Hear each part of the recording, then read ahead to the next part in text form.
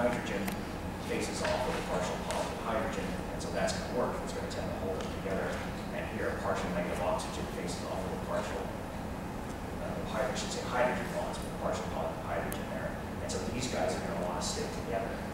If you try to do an incorrect base pair, if you try to have, let's say, T complementary base pair with a C, it wouldn't work. You might have a partially negative oxygen here and a partially negative nitrogen there, and that doesn't work. It's not hydrogen bond. In fact, they would repel each other because two charges that are the same, because two partial negative charges will actually push away from each other, like two magnets that you're trying to shove together the wrong way. But anyways, it's the proper hydrogen bonding that causes these particular base pairing rules to be rules where two strands go together.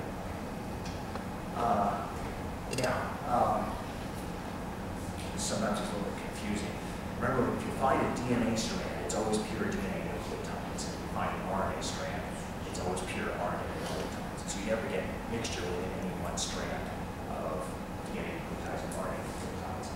But that being said, sometimes you do get a DNA strand, pure DNA, that complementary base pairs with the RNA, so you've got pure RNA strand.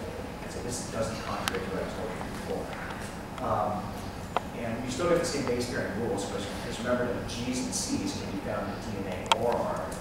So a G here will face off with a C right there. That's fine. It's still according to the rules.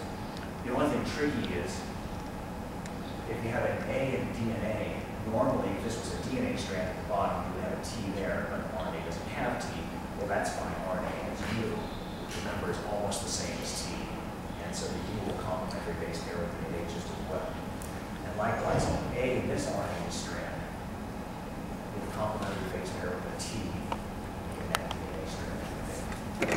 So that's an A complementary base pair with a T for it.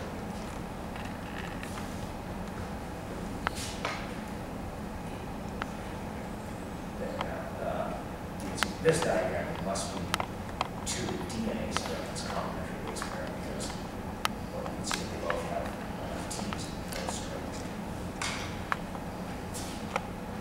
That's not good so far. Okay. Got it quiet, so you're shell shocked from the exam.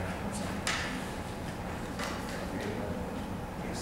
So it says that one has the 5' and on it. Yes, thank you for pointing that out.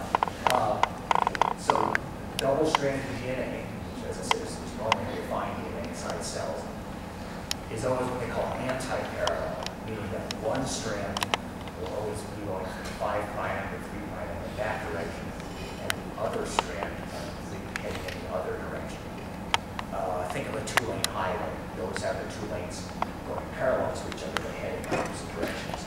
That's always the case for double-stranded anti-parallel to each other. Okay, now, in a way, this might remind you of a ladder, in that it has cross rungs. These are the two upright posts of the ladder, and here are the cross rungs that you step on. There, there, there, there, there.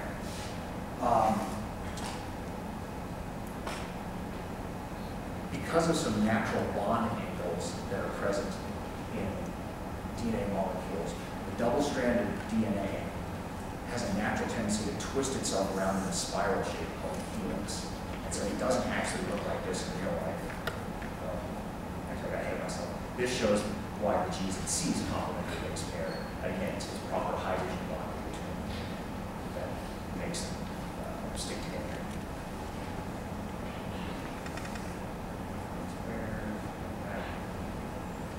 Here we go.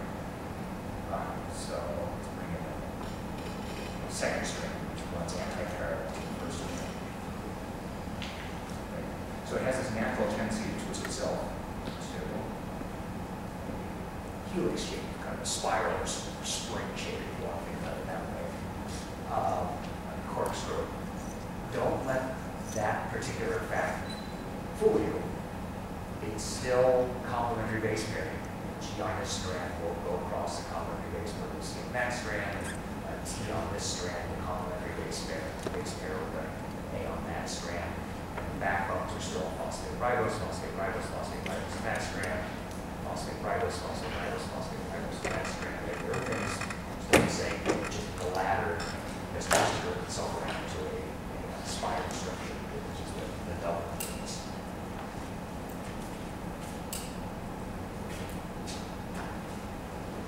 Does that have anything to do with hydrogen bonds? The reason That twists itself around like that, I think it's not hydrogen bonding. I believe it's some of the angles of the carbon atoms that force it to.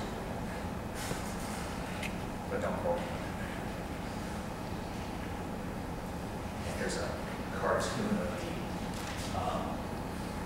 DNA molecule. The gray atoms there are the phosphate ribose backbone, which I think is kind of outside of the spiral, whereas the blue ones, which are the nitrogen bases base pairing with each other, are more towards the inside of the spiral, they're the interior of the spiral. And if you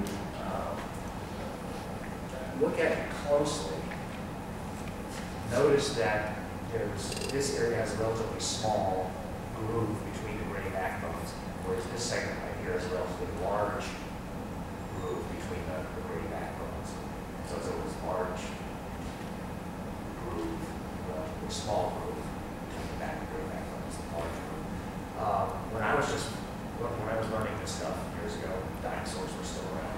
They told us about the major groove and the minor groove, and we didn't have good computer graphics back then, and so I just didn't get it. I don't think they were talking about it. When I saw this, I said, oh yeah, that explains it pretty well. You can see that part of the groove is small, part of the groove is large. I don't really talk to us since guys about the major groove and minor groove, but if you get your curious, that's what those terms are. Okay, now, you've probably heard of chromosomes, and you probably know that they have something to do with genes. And the exact relationship is this: the chromosomes you see here inside this cell are pieces of DNA. Inside each of your cells, you have long pieces of double-stranded DNA, and those are your chromosomes. In human beings, there are 46 chromosomes inside every cell. Different species have different amounts. I forget some other examples off the top of my head, but I seem to recall apes have 48 chromosomes, and either dogs or cats have 36 chromosomes per cell. It kind of varies from one species to another. I don't remember having to be 46. But each and every one of those chromosomes is one huge long piece of double-stranded double-helix DNA. Here's a segment of one chromosome. You can see that it is double-stranded double-helix DNA.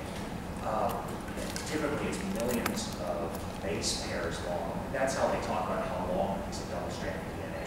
Each base pair, each rung on the ladder is one base pair. So millions of base pairs long on each chromosome. Now, that big of polymer, if spread out, would be bigger than the cell itself. So the cell has to wrap up that double-stranded DNA in each chromosome very tightly.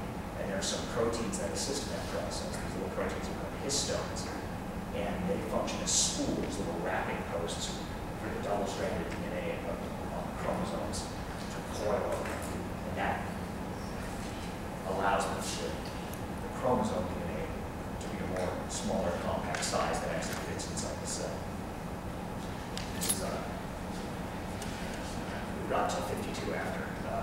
Anyway, this kind of shows the big picture. There is the double-stranded DNA of my chromosome. It wraps around tightly around the histones, and the histones bundle up.